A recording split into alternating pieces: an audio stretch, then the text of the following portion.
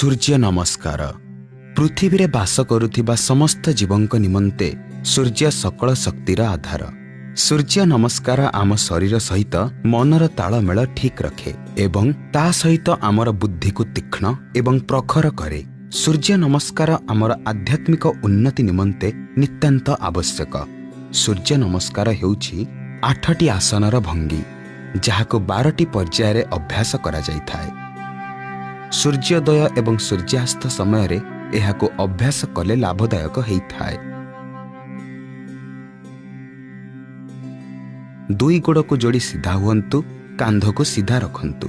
मने रखन्तु आपणकर दुई हाथ देहर दुई कड़े रहिब आउ थोड़ी चट्टाण सह समांतराल हेई रहिब। दुई गोड़ को समान भावरे संतुलन करन्तु। ये हेला समस्थिति। एबे आरंभ करिबा। प्रश्वास नियंतु। हाथ आगो को आनी सामनारे रखन्तु एवं दुई पापुली को जोड़ी दियंतु नमस्कार मुद्रारे। एहाको प्रणाम आसन कहा जाए। एबे निश्वास छाड़न्तु। द्वितीय भंगी। प्रश्वास ग्रहण करी शरीर को टाणिकी अंटा ऊपर को रखन्तु। हाथ को एबे मुंड ऊपर को उठान्तु आउ पछ को नई जान्तु। गोड़ को सीधा रखन्तु। एही आसन को हस्त उत्तानासन कहा जाए। एबे तृतीय भंगी।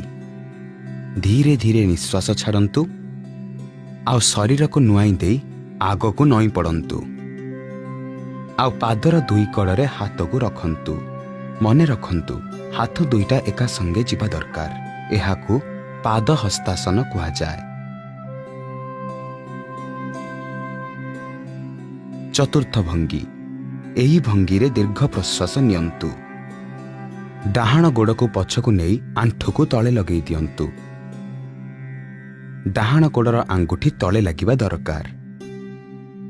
बाम पादर आंठूर कोण 90 डिग्री रहिबा दरकार। पापुली दुईटा तले लागिबा दरकार। नितंब तळगु रही थोड़ी उपरकु रहिबा दरकार। एहाकू अश्व संचालन आसन कहा जाए। पंचम भंगी रे निश्वास छाड़न्तु। बाम गोड़ को एमिति भावे पछकु नियंतु जेमिति डाहाण गोड़ सांगरे सेइटा एक सरल रेखा भली रहिबो आउ आपणक हाथ एवं कांध जेमिति सीधा रहिबो। आपणक कांध, पिठी एवं नितंब एक सरल रेखारे रहिबे। एही आसन को संतुलन आसन कहा जाए। एही स्थिति रे रही निश्वास छाड़न्तु। षष्ठ भंगी। प्रश्वास नियंतु। धीरे धीरे दुई आंठू को एका संगे तले लगेई दियंतु। तापरे छाती एवं थोड़ी को तले लगेई दियंतु।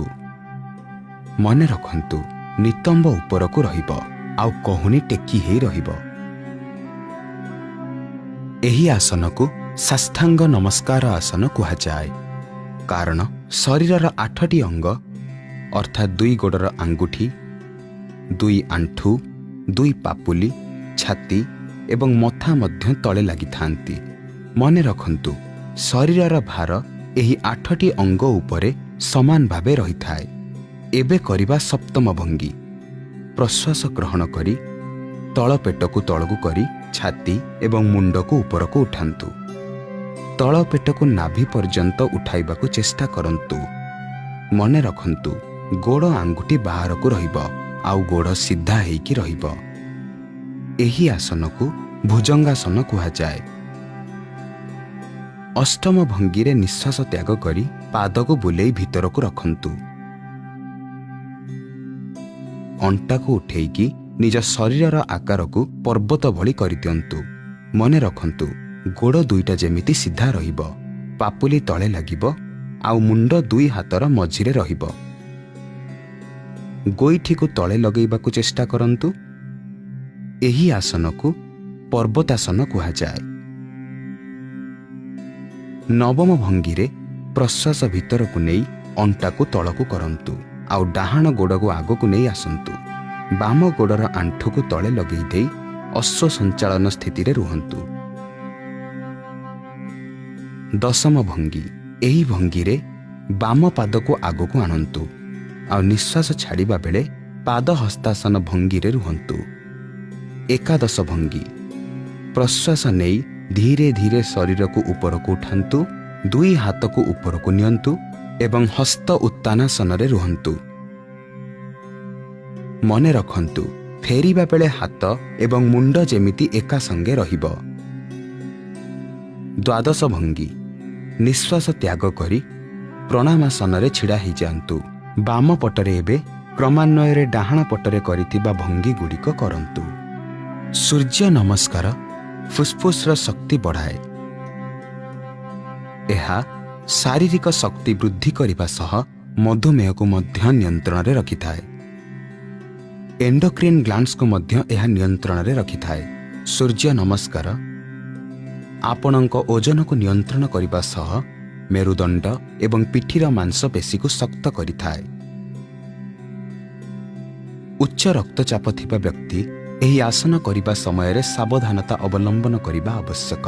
ହାର୍ନିଆ ଏବଂ ଅନ୍ତ୍ରଘା ଥିବା ରୋଗୀ ଏହି ଆସନ କରନ୍ତୁ ନାହିଁ। ସାଇଟିକା, ସର୍ଭାଇଟିକାଲ ସ୍ପଣ୍ଡିଲାଇଟିସ୍ ଏବଂ ଉତ୍କଟ ଆଣ୍ଠୁଗଣ୍ଠିରେ ପୀଡ଼ିତ ରୋଗୀ ଏହି ଆସନ ଆଦୌ କରନ୍ତୁ ନାହିଁ। ଗର୍ଭବତୀ ମହିଳା ଏବଂ ଋତୁବତୀ ମହିଳା ଏହି ଆସନ ଆଦୌ ନ କରିବା ହିଁ ସ୍ୱାସ୍ଥ୍ୟ ପକ୍ଷେ ଭଲ। ନିୟମିତ ସୂର୍ଯ୍ୟ ନମସ୍କାର ଅଭ୍ୟାସ କରିବା ଦ୍ୱାରା ଦେହରେ ଥିବା ବିଷାକ୍ତ ପଦାର୍ଥ ବାହାରି ଯାଇଥାଏ। ଅଳସୁଆମୀ ଦୂର ହେବା ସହ ଯୁବା ବୟସ ଫେରିଆସେ।